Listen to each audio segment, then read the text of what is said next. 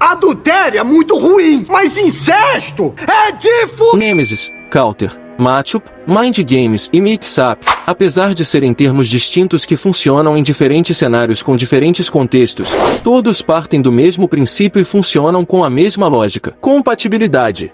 O mais novo assunto que será abordado aqui no canal. Peço a atenção de vocês, pois esse é um assunto que não é tão abordado, apesar de ser algo que é indiretamente referenciado em inúmeras obras e debates sobre quem é o mais forte, e até mesmo em jogos quando paramos para pensar em qual será o melhor personagem para enfrentar o meu oponente. Então, já peço o like de vocês de antemão, pois esse vídeo deu muito trabalho e mais uma vez exigiu uma vasta pesquisa da minha parte para me aprofundar melhor sobre o assunto, e compartilhem para ajudar mais pessoas a compreender esse conceito tão pouco explorado. Então, vamos pro vídeo.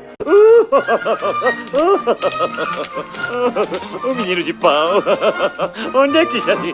O menino de pau. Em português, compatibilidade refere-se à qualidade ou condição de algo que pode existir ou funcionar bem em conjunto com outro elemento ou sistema. É a capacidade de dois ou mais elementos interagirem de forma harmoniosa, sem causar conflitos ou problemas. No contexto de Poverscalin, a compatibilidade refere-se à capacidade de um personagem utilizar suas habilidades de forma eficaz contra outro personagem, mesmo que haja uma diferença de poder aparente. Um personagem mais forte pode não necessariamente vencer um personagem mais fraco se suas habilidades não forem eficazes contra o oponente. Por exemplo, um personagem rápido e ágil pode ter dificuldades contra um personagem com habilidades defensivas muito fortes, mesmo que o personagem rápido seja considerado mais poderoso em termos gerais.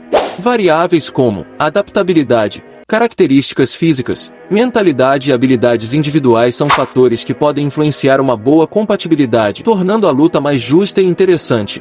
Enquanto uma má compatibilidade pode deixar a luta mais unilateral e com poucos momentos de ação. Resumo: a compatibilidade em uma luta é um conceito que envolve a análise dos estilos de luta, habilidades e características físicas dos lutadores, buscando entender como essas variáveis interagem e influenciam o desenrolar da luta.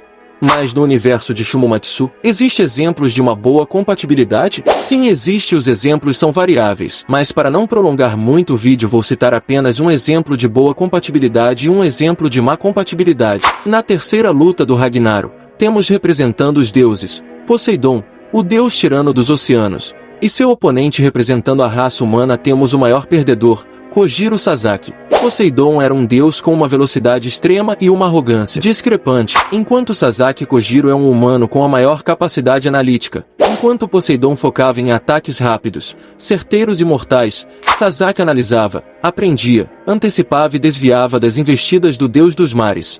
Graças à arrogância do deus que não o permitiu enxergar a crescente evolução do humano frente seu mar de ofensivas, Sasaki se adaptou completamente ao estilo de combate do Poseidon, assim extinguindo por completo o abismo de poder que existia entre eles no início do combate e vencendo o duelo entre eles, trazendo a vitória para a humanidade. A arrogância do Poseidon serviu como uma cortina para o Sasaki, que seguiu evoluindo no combate enquanto o deus arrogante se recusava a reconhecê-lo. Assim, dando ao Sasaki, que inicialmente era muito mais fraco que Poseidon, uma chance de evoluir e superá-lo, afogando o deus na sua própria arrogância. Já como má compatibilidade, tempo a primeira rodada. O deus do trovão nórdico, Thor, vs o guerreiro mais poderoso da China, Lu Bu. Ambos combatentes tinham exatamente a mesma mentalidade e o mesmo estilo de combate, tendo apenas como variável suas técnicas individuais. Graças a isso, a essa semelhança dos dois, o combate foi decidido pelo puro poder bruto, graças à vantagem física e com arma divina de melhor qualidade pro Thor.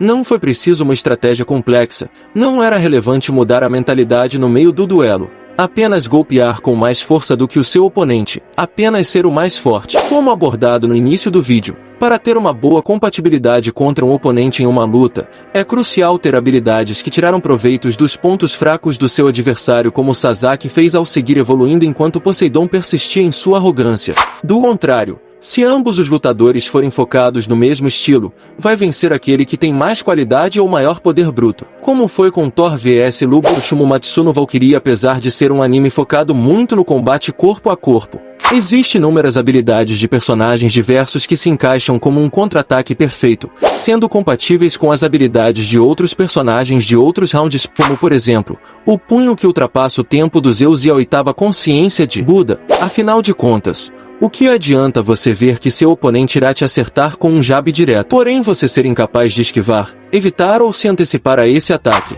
O punho que ultrapassa o tempo de Zeus é um ataque que congela o tempo. Basicamente ele tem um efeito quase que instantâneo e impossível de reagir, mesmo sabendo de antemão que será acertado por um jab. Buda não será capaz de evitar tal ataque, tornando assim o punho que ultrapassa o tempo de Zeus um perfeito contra-ataque ao Axe do Buda. Outro exemplo que posso citar que é algo bem recorrente no enredo, é um personagem que começa a luta de forma desleixada contra um oponente que já começa o duelo com intenção assassina. É uma pequena diferença na personalidade que pode decidir o rumo e a dificuldade no combate, como por exemplo Zeus, Shiva e Sun Wukong, personagens poderosos porém que começam a luta de forma descuidada, deixando eles totalmente vulneráveis a movimentos surpresas de personagens que irão vir para cima com tudo assim que soarem o gongo, como eles próprios demonstraram em seus respectivos combates. Outro exemplo de compatibilidade em Record of Ragnarok que também vale a pena mencionar é a diferença técnica e no estilo dos personagens. Como muitos de vocês virão em minhas postagens aqui no YouTube, existem lutadores em Record of Ragnarok que se especializam em diferentes estilos de combates, com alguns usando mais um estilo grappling, focando em lutas agarradas,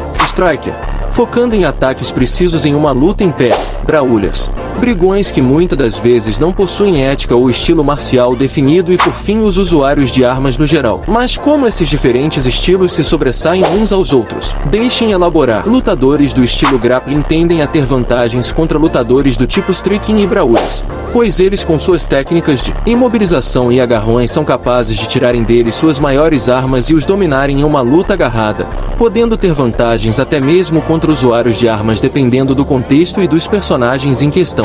Já strikers e brawlers tendem a ser mais compatíveis uns com os outros, depende do estilo de luta e das habilidades individuais de cada lutador. E por fim e provavelmente mais óbvio, usuários de armas tendem a ter mais vantagem em combate de médio e longo alcance contra personagens que lutam sem armas, podendo causar muito mais dano com muito menos esforço enquanto atacam.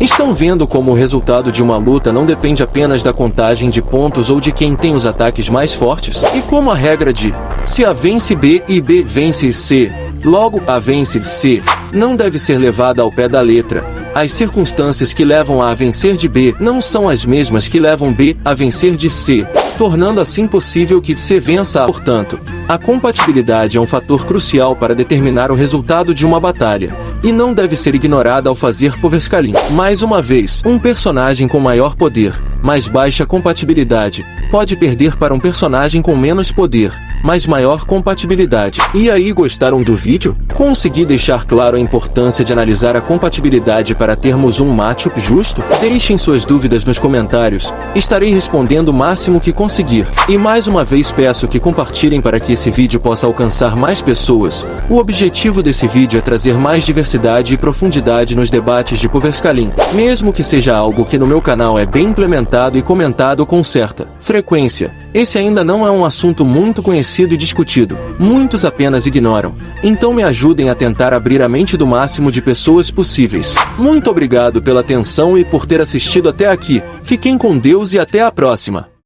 Então, mas basicamente é isso. Inimigos na frente, blocos em cima, e quebrando esses blocos você ganha moedas, mas calma, tem flores mágicas nesses blocos. Essas flores são